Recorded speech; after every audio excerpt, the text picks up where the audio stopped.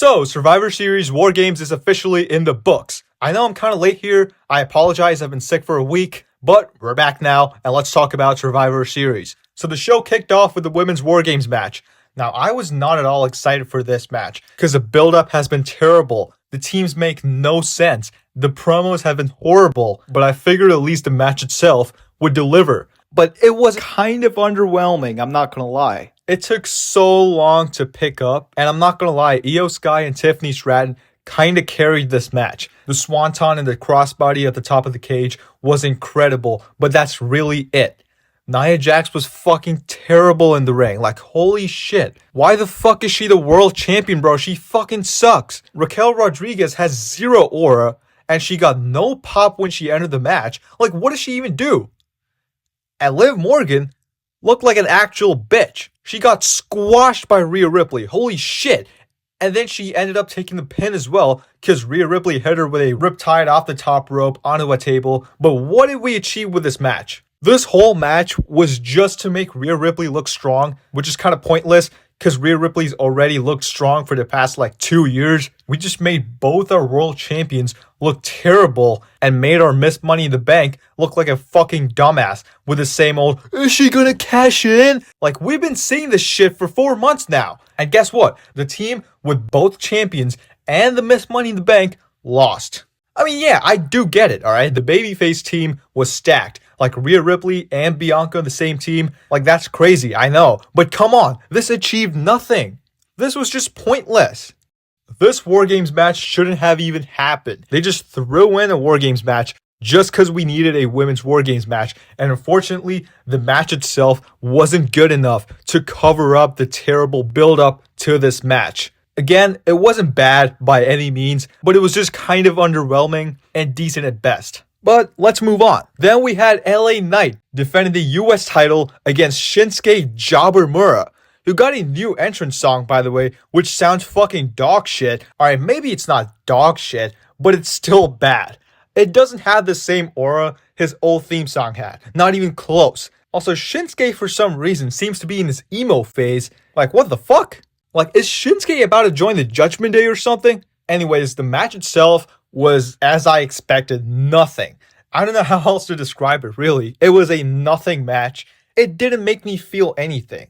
LA Knight and Shinsuke Nakamura, I feel like their in-ring styles don't really clash that well. And I don't care what you think. I think in 2024, Shinsuke is washed, alright? And LA Knight, even though I think he's not as bad as some people say he is, he's still not good enough to carry Shinsuke Jabbermura, alright? But Shinsuke actually won. Now, I'm not gonna lie, I do think Shinsuke's washed. He's a literal jobber, and this whole LA Knight feud shouldn't have even happened in the first place.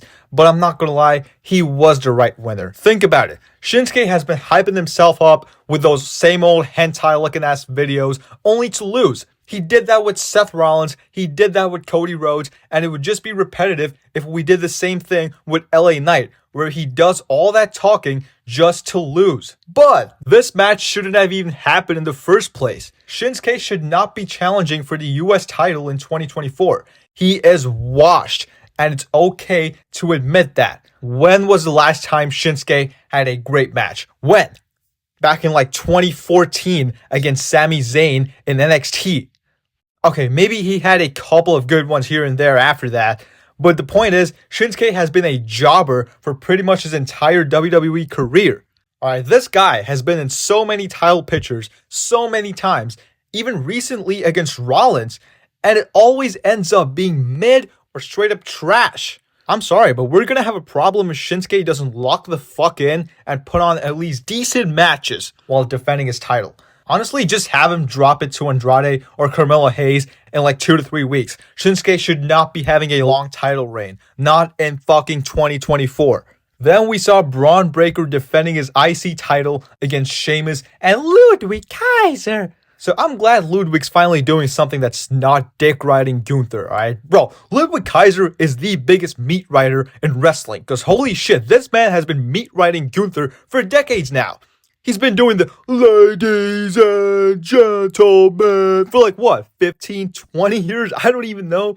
But anyways, okay, this match was just incredible, man. I loved every second of it. And I know Braun Breaker won and retained the IC title, But really, there was no loser in this match. Everybody won. Everyone looked like $1,000,000. Braun Breaker looked great, Ludwig Kaiser looked great, and Sheamus, as usual, looked great. I do hope Ludwig Kaiser wins a mid-card title somewhere down the line. I guess not anytime soon, because this man is just great, dude. And I really hope Sheamus ends up dethroning Braun Breaker either on the first Raw in Netflix, or fuck it, even at WrestleMania. I don't give a fuck. But somewhere, I think Sheamus needs to dethrone Braun Breaker, because he did have Braun Breaker beat before Ludwig Kaiser pulled the official out of the ring. So I do hope things aren't over between Sheamus and Braun Breaker just yet. All in all, this was a great match as expected. Loved every second of it. Then we had Gunther versus Damian Priest for the World Heavyweight Championship. Now the story going into this match was fucking terrible. They're making Gunther look like an absolute pussy. I made a whole video on it, by the way. You should check it out. But the match itself definitely delivered. Both Priest and Gunther are great wrestlers. Their in-ring storytelling was great, with Gunther going after Damian Priest's shoulder. Now, I was absolutely loving this match until we got Finn Balor, who attacked Damian Priest when the referee was distracted and helped Gunther win the match. What are we even doing here? This is pretty much a copy-paste from SummerSlam. Gunther needed to win this match clean, because holy shit, Gunther continues to look like an absolute pussy. This guy is the fucking ring general. His IC title reign was so good because he stayed true to his character. The mat is sacred, right? He respected the wrestling ring so much that he stuck to winning his matches clean. And I don't even hate Damian Priest. I actually like him a lot, but he's not this big, strong threat that they're trying so hard to present him like. You don't have to protect Damian Priest from a clean loss to Gunther. Gunther beating Priest clean wouldn't hurt Priest in any way, and Gunther would not look like a total pussy. So it's a win-win. So why didn't Gunther win clean? Oh, let me guess. Because we gotta throw Finn Balor in there to continue a rivalry that has no reason to continue, because Finn Balor lost to Damian Priest at Bad Blood even with help. Like, Damian Priest beat them all up. 1v3 or whatever the fuck that was. So Finn Balor really has no contention to continue this rivalry. I really like the match between Gunther and Priest here. I actually thought it was better than the triple threat match, but the ending ruined it for me. If they're going to continue the same old story of Gunther having self-doubts next Monday Night Raw, I'm going to be pissed. Alright, I'm going to be pissed. Honestly, I think they should just do a triple threat match at the next PLE, what's it called? Saturday night's main event. Yeah, between Balor, Priest, and Gunther, where Gunther wins. No shenanigans. Come on. And finally, the main event. The OG Bloodline versus the new Bloodline. Now, I'm going to just go ahead and say this right now. This match was perfect. It was everything it needed to be and more.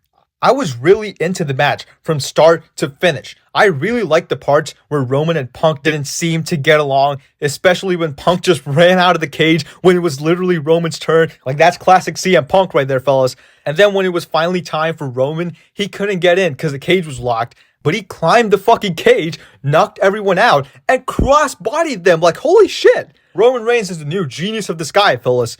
And then he picks everyone on his team back up, well, everyone except CM Punk. And then Paul Heyman shows up and tells them to lock the fuck in and team up for once. Like, holy shit, that was awesome.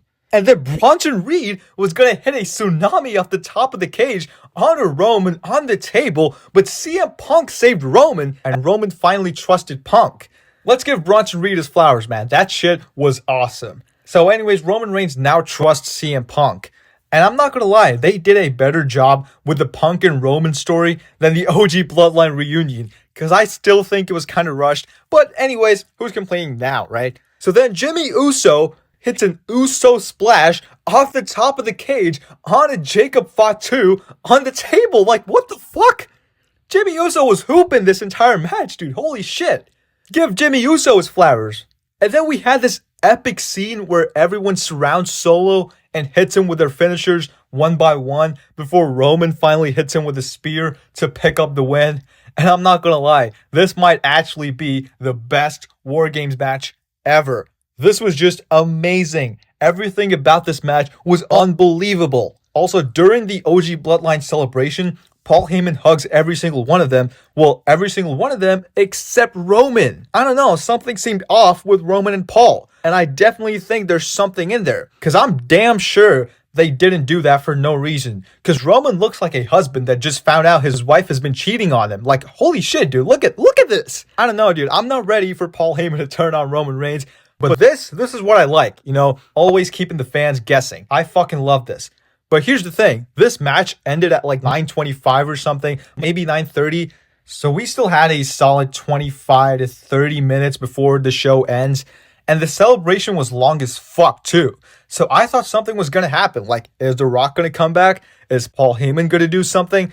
But nothing happened. And I'm not complaining because I don't think we needed The Rock back. I'm actually happy that The Rock didn't come back because we're actually doing a good job with Cody's rivalry with KO right now. So I don't want The Rock to show up just yet. Because remember, we got to do Cody and Rock before Roman and Rock. And also, we just had one of the best War Games matches of all time, if not the best. So let's soak it in a bit. You know, we don't need The Rock to return. We didn't need anything. But yeah, the celebration was kind of dragged out and it had me thinking something was going to happen. But I'm not going to complain because this was great and I loved every second of it. So overall, Survivor Series War Games was a solid show. It was obviously not perfect, but the show was still enjoyable. A decent show with an incredible main event. Anyways, that is it for today's video, guys. Let me know your thoughts in the comments below. Thank you for watching. I'll see you all next time. Peace out.